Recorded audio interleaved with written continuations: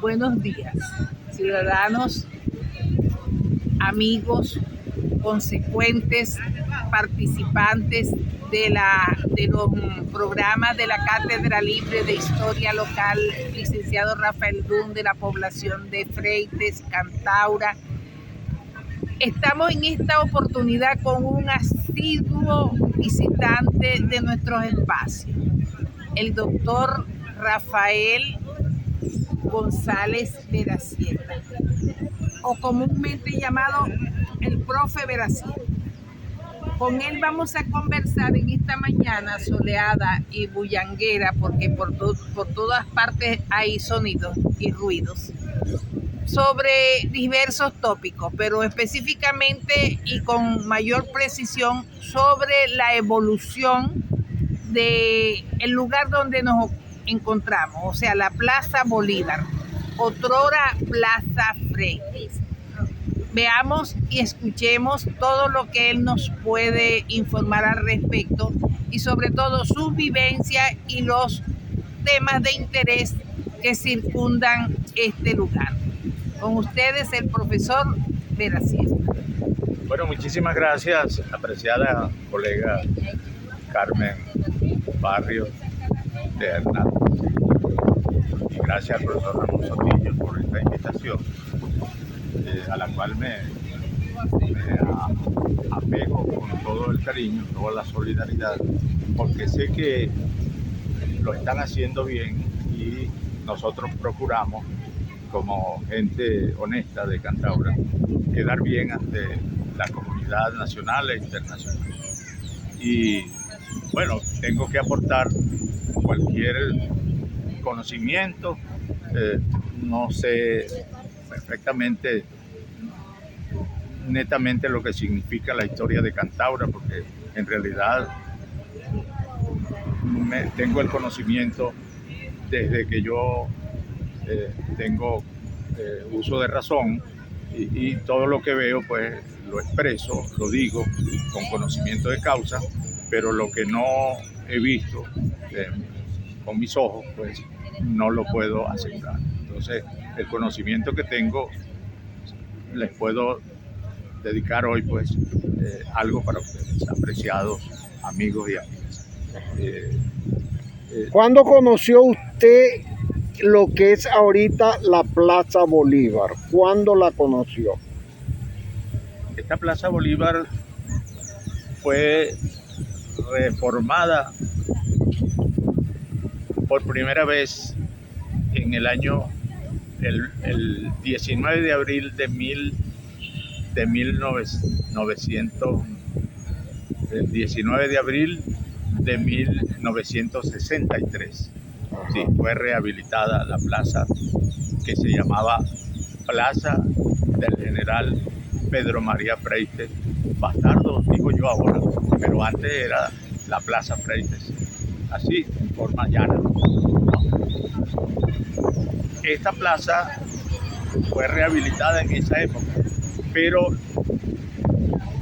vino a ser Plaza Bolívar, y como yo expreso, Plaza de Bolívar, con sentido de propiedad, el 25 de diciembre del año 1955, que fue cuando se llevaron el busto del general Pedro María y trajeron la estatua ecuestre, la estatua pedestre de nuestro libertador.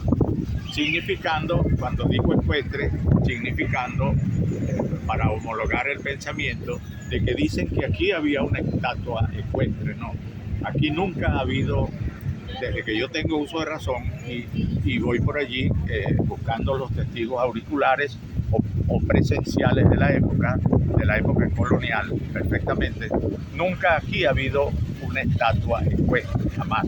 O sea, una estatua del libertador a caballo, jamás.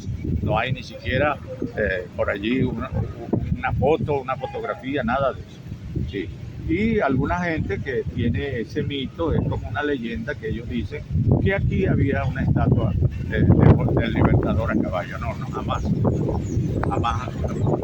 Esta estatua la trajeron y se llevaron el busto de nuestro general Pedro María Freites Bastardo el 25 de diciembre del año 1955. Ahora, profe, vamos a volver a ese tema, pero ¿qué le contaban a ustedes, sus padres, sus abuelos, de lo que fue en un principio este espacio? Según me han contado a mí, sobre todo a mi mamá, Carmen Ramona Veracieta Perales, que es oriunda de San Joaquín, y ella llegó aquí pequeñita. Y ellos pasaban por aquí, venían de San Joaquín, de Pariri, y pasaban por este sector, que era un camino largo. Sí, pasaban hacia Chihuahua a buscar mango, porque esas matas son antiguísimas. La Chihuahua antigua, ya no hay mango, no hay mango, todo se acabó.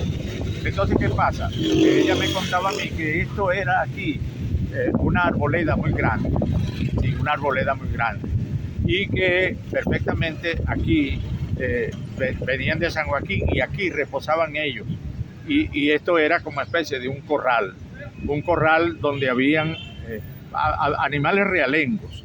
En San Joaquín, como en Cantabria, habían animales realengos por las calles, y aquí había como especie de un corral donde había un sitio de ordeño, y aquí habían toda clase de animales, sí, aves de corral, habían piaras, cochineras, pues, ¿no? Y también había ganado vacuno, reses, que eran de los dueños que vivían alrededor de este sector, que todavía no era plaza, era una arboleda, y árboles en forma natural. Nadie había sembrado esos árboles. Entonces, en ese sentido, mi mamá me cuenta, porque y yo le agrego para darle más lucidez literaria, que allá en la esquina donde nació la poeta nuestra Mercedes Guevara Roja de Pérez Freites, que era casada, que se casó con su maestro que le daba clases, Raimundo Pérez Freites, que era hermano del general Pedro María Freites. Allá vivió la poeta, y ella, viendo que esto era un corral de vacas, como era una poeta, se asomaba por la ventana de la esquina donde está ahorita la casa que hizo este hombre trabajador que llegó aquí de Europa, el italiano Campanini, Sebastiano Campanini, o Campanini. Desde esa casa vieja, por un ventanal, ella escribió el poema del ordeño, dedicado a la vaca Fortuna, que la copla, comenzando la copla, dice: el alba nace en un claror de luna, es el paisaje campesino un cromo, con el rejo en el brazo el mayordomo, y en el tranquero del corral Fortuna. A esa vaca, ella desde el ventanal, ella le dedicó ese poema que se llama El Ordeño. Es más largo. Sí. Entonces, en ese sentido, pues, esto nació aquí siendo ese corral. Después vienen los gobiernos, pasan los gobiernos, había una guerra, casi guerras que se llamaban de la Libertadora, habían guerrilleros, ¿no? Era Cipriano Castro, para esa época era el presidente de la República, pero antes había estado en otro presidente que había nombrado a un joven que era general también, oriundo de Barcelona, llamado Nicolás Rolando, que fue presidente del estado Bermúdez, que se llamaba antes Anzoátegui, primero que Anzoátegui fue el estado Bermúdez. Entonces, ese Nicolás Rolando, siendo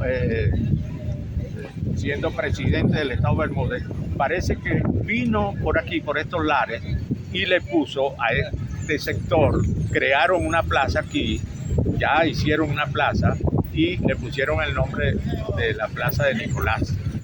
Sí. Resulta que a Cipriano Castro lo tumbó el vicepresidente Gómez, ¿no? Porque él se fue a curar de una enfermedad para Estados Unidos y Gómez, que era el vicepresidente, se apoderó, le usurpó el trono, la presidencia. Y entonces resulta que Nicolás Rolando le había ganado una batalla al vicepresidente de la República, que estaba trabajando con Cipriano Castro, que era el presidente. Y después que se hizo presidente, él, en venganza de Nicolás Rolando, le quitó el nombre a este sector, a la plaza, y le puso el nombre de Gómez, la Plaza Gómez. Primero se llamó Nicolás, y algunos me preguntan, y bueno, Nicolás de Odena, no, si hubiera sido originariamente Nicolás de Odena, le hubieran puesto Fray Nicolás de Odena, sí, porque los religiosos tienen eso, claro, que son muy estrictos en el vocabulario y en la redacción. Entonces Gómez vino, como era enemigo, porque Nicolás le había ganado esa batalla, lo venció en el año 1902, entonces resulta que le quitó el nombre de Nicolás y le puso el de Gómez. Bueno, pasa el tiempo, y luego en el mismo gobierno de Gómez trajeron la efigie del general Pedro María Freire Batá. Y construyen la gobernación. Ahí construyeron la gobernación aquí, que es donde está nuestra alcaldía ahora actualmente. Esta alcaldía no estaba allí, es un inmueble nuevo, construido por la nueva partidocracia, los nuevos dirigentes, pero la otra era una mansión, sí, una casa muy elegante, sí, muy bonita y con unas bases firmes, unas bases, y yo no sé por qué tumbaron esa joya, tal cual, ¿verdad? Una casa de las solariegas de Barcelona. Más o menos muy parecida a una casa de Barcelona, en forma muy colonial, sí, y con una artística, bueno, admirable, pues. Entonces a esa casa la tumbaron e hicieron aquí este nuevo inmueble, ¿no? Y que le han ido agregando habitaciones y cuestiones. Entonces hubo en una oportunidad, pues, que el busto del general Pedro María Freire Batardo lo sacaron de aquí. Yo vi cuando una grúa lo enlazó por el cuello, que hubo una crítica importante del extinto cronista de nosotros, el licenciado Rafael Nicolás Rodríguez Guevara, que cuando lo enlazaron por el cuello, él se opuso a que no debían hacerle eso a ese general, que eso no era la manera de arrancarlo de allí, de ese monumento. ¿Por qué? Porque él necesitaba que lo respetaran, pues, porque había dado su vida como legado por la patria nuestra. Entonces, desde esa vez se lo llevaron y lo metieron allí en ese edificio. Y ahí estuvo como dos años. Sí, parece que le cayó limo, ¿no? Y después fue que cuando lo llevaron para la placita donde está actualmente ahorita. Sí, que esa plaza era la Plaza de los Algarrobos, ya nosotros hablamos de eso. Sí, la Plaza de los Algarrobos. Bueno, desde allí, entonces aquí se erigió ese pedestal, esa estatua de nuestro libertador, que debería llamarse, porque él tenía allí unas letras de bronce en la anterior estatua que tenía allí, ¿no? En el anterior pedestal, unas letras de bronce que decían: Dios es testigo de la pureza de mis inquietudes, ¿no? Sí, Dios es testigo de la pureza de mis inquietudes. Sí, creo que es de mis inquietudes. Y la providencia, un día, en forma muy recta, me aplicará a mí la justicia. Sí, he sido un elemento de otra categoría, pues, un elemento...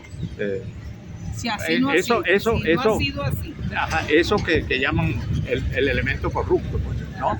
Sí. Entonces el libertador se está diciendo él, pues, que la justicia le será aplicada en forma recta a él. Y si es culpable, bueno, que la justicia lo atrape, que lo castigue. Sí. Esas letras no las pusieron en el nuevo en el nuevo monumento que hicieron allí. ¿Qué se hicieron esas letras? Bueno, sabrá Dios dónde estarán. ¿No las colocaron en la restauración del año 63? Sí, esas letras no estaban allí en el año 63 porque estaba allí el busto de nuestro general, pues, Pedro María Freyte Gotardo. No, en el 63. En el 63 rehabilitaron... Cuando rehabilitaron la plaza. La plaza, pero estaba el busto de Pedro María. Fue en el año 1955 cuando trajeron... Bueno, pero escúcheme, 63, ya había pasado mucho tiempo, 55 bueno, perdón, sí es verdad, usted tiene razón. Sí, es que es un lapsus y la emoción que le imprime. Menos mal que tiene una tremenda apuntadora usted. Perfectamente, hubiera pedido más adelante las disculpas, pues, sí. Porque vale retractarse de lo que uno dice. No, por supuesto. Corregir los errores de sabios, ¿no? Claro. Porque uno no es perfecto. Y es que tenemos tantas cosas de qué hablar, tanta y que expresarle a nuestros asiduos videntes y oyentes que es lógico que se nos vaya la liebre, pues. Exactamente. Pero los árboles que están aquí nuevos, esos que se están cayendo ahora, fueron sembrados por una generación de escolares. Cuando vinieron aquí las primeras escuelas, sí, sembraron esos árboles. Entre otros, hablé un día con mi amigo José Luis Figuera, que era un trovador, un guitarrista nuestro, cantante de tango, y estábamos por aquí sentados en un banquito y estábamos hablando de las matas más viejas. Y él dijo que cuando estaba la escuela Aramaipuro y las Freites, ellos vinieron aquí a sembrar árboles Y esos son los árboles que se están cayendo ahorita. Doctor, pero no necesariamente son todos los de aquella época, porque sería como haberle pedido a la naturaleza demasiado tiempo. Yo pienso que árboles como estos que tenemos ahorita aquí enfrente, que se están secando, que se están cayendo, son árboles relativamente nuevos. Yo diría que estos árboles son de la rearborización que realizó el doctor Otto Padrón cuando rearborizó las plazas. Tan es así que si usted se pone a ver, esos son más o menos 50 años, 45, 50 años. Y usted podría muy bien darle una mirada a los tallos de esas plantas y veríamos que sí, ciertamente, eso más o menos es el tiempo. Sin embargo, se han venido secando porque esta plaza tendrá agua cuando llueve, si acaso. Sí, es cierto esto. Pero usted sabe que los árboles como nosotros los hombres y como las mujeres, pues, como los seres humanos, tenemos una contextura a través del medio ambiente. Sí, los árboles anteriores a estos árboles que sembraron nuevos eran más resistentes. Sí, y perfectamente se adaptaban al medio ambiente tan rápidamente, y aquí hay árboles que tienen 120 años. Sí, 120 años. De los maderables. De los maderables. Y hay otros, porque ese árbol que tiene ese corazón, como el roble, por ejemplo, eso dura años. Pueden ser centenarios. Pero estos árboles, las acacias, los caros, las matas más nuevas, pues, esas caobas, que también son resistentes, pero duran menos. Recientemente, doctor. Y hay más alimañas, ahorita hay más parásitos, y al árbol le da cáncer. Sí, claro. Esos árboles tienen cáncer, sí. Recientemente, así como el mango que tiene cáncer ahorita, el mango. Sí, el mango criollo. Recientemente hubo un suceso que impactó por la rapidez en la cual ocurrió, que fue la caída de un flamboyán. El flamboyán es la mata esa que siendo niños jugamos con sus flores, que para hacer juego de gallitos. Ajá. En otro contexto las llaman josefinas, son unas matas muy hermosas para sitios públicos y escuelas. Eso es muy bello para las plazas y las isletas de las avenidas. Ciertamente se cayó una rama, cortaron la otra y está una tristemente ya en proceso de caerse. Sin embargo, no han tomado cartas en el asunto los organismos a los cuales les compete la diligencia, y Dios quiera que no ocurra algo que lamentar con respecto a eso. Mire, distinguidos amigos, mire, yo quiero decirles a ustedes que aplaudo la mención que ustedes hacen del problema que estamos confrontando, porque estamos hablando un problema, estamos confrontando aquí en la Plaza Bolívar del municipio Frei de Cantaura, de una enfermedad, un problema de salud vegetal. Ahora, pero ese es el que nosotros hemos detectado, que se ha detectado aquí porque se han caído unos árboles, pero no es de dudarlo que las otras plazas y hasta las instituciones educativas estén pasando por ese mismo problema. Ahora, nosotros, desde la Cátedra Libre de Historia Local, vamos a seguir trabajando en esto y vamos a traer para acá a 2 especialistas que nos van a hablar con claridad de esto. Esto no quiere decir que no podemos seguir hablando del tema, por supuesto. Sí, unos fitosanitaristas se llaman. Sí. Y sin embargo, profesor Tillo, le voy a decir algo, no solamente en la Plaza Bolívar, ciertamente. Hay una plaza que en su contenido o en su contexto más profundo sería una placita de mucho amor y a la cual se le debería retribuir eso que inspira, que es la placita de las madres en la calle Miranda al final.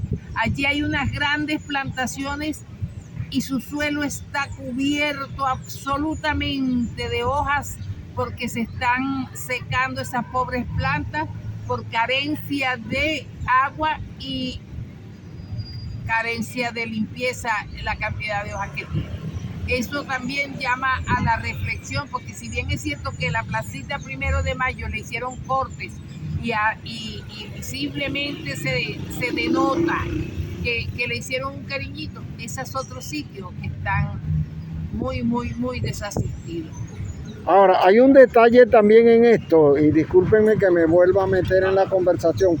No se trata solamente de podar, se trata de hacer una poda con criterio científico, con criterio técnico, que es lo que ha sucedido en este sitio donde nosotros estamos, que simplemente córtame esa rama, túmbame la otra rama, etcétera, sin tener un criterio técnico. Bueno, con todo eso, con todo ese conocimiento que el pueblo y nosotros tenemos de la fundación, de la génesis de nuestra plaza, cuando yo fui registrador subalterno, logré ver un documento emanado de la reina Isabel de Castilla y de Aragón, sí, para la fundación de este pueblo. Sí. Y desde aquí, desde este sector, la reina le donaba a los indígenas nuestros este territorio. Y ella envió una cédula real para que le midieran a los indígenas, y desde aquí midieron tantas varas hacia el naciente. Tantas cabullas. Eran varas y cabullas, ¿no? Eran varas y cabullas. Pero en esa oportunidad ahí decía varas, ¿no? Puede ser que se copiaron de eso que llaman el galerón ese. El joropo ha comenzado más abajo del compás, ¿no? Ajá. Ajá. Sí, a mí me parece porque dice de varas, ese poema habla de las varas, ¿no? Ajá. Ajá. Y en ese documento habla también de varas, pero aquí también se medía con cabullas. Y midieron hacia el naciente tantas varas, y hacia el naciente donde nace el sol. Exacto. Y hacia el poniente midieron tantas varas. ¿Qué pasa? Que no habían linderos, no se hablaba de norte, sur, este y oeste, sino del naciente y el poniente, en ese documento. Entonces aquí fue donde nació este pueblo. La reina también mandó un elemento llamado adelantado, que traía unos mapas, traía una planificación. Él era el que planificaba las villas, las ciudades y los pueblos. Cantaura era un pueblo. Si no hubiera habido esa planificación desde este sector, Cantaura no tuviera estas calles así, porque el adelantado era un topógrafo, como un topógrafo, era una cartografía. Sí, era un cartógrafo. Sí. Y entonces por eso es que Cantaura tiene estas calles tan alineadas, ¿no? Sí, y los alrededor del sector, vean ustedes, se crearon las primeras casas, eran de moriche y luego de teja, ¿no? No tiene parangón la estructura física de la conformación de Cantaura, porque si vamos al Tigre, eso es un desastre. Bueno, no. La planeación de la ciudad. Y Anaco también no tiene la misma, aun cuando Anaco nació de acá. Pero sí, efectivamente sí nos podemos dar cuenta que sí tenemos calles muy rectas y correctas. Que estén desasistidas hoy día ya es otro. Bueno, mi estimado doctor, como usted es asiduo participante de los quehaceres de la Cátedra Libre de Historia Local, licenciado Rafael Dunn, y como quiera que es como quien dice la biblioteca de consulta de quienes conformamos este espacio, por hoy vamos a darle un cese a la conversación porque a posteriori vamos a ir profundizando en otros temas relativos al mismo tema, valga la redundancia, o a otros similares y conexos. Con ustedes se despide la profesora Carmen de Hernández y muchísimas gracias, doctor Veracier. Bueno, siempre, si podemos aportar lo poco que uno sabe, porque uno no lo sabe todo, ¿no? Y cada vez más va descubriendo con nuestros semejantes las inquietudes y uno va aprendiendo. La escuela nunca se termina, sí, y el aprendizaje jamás. Entonces nosotros siempre estamos dispuestos a aportar algo a beneficio de esta colectividad y les agradezco su invitación y estoy completamente a la orden siempre.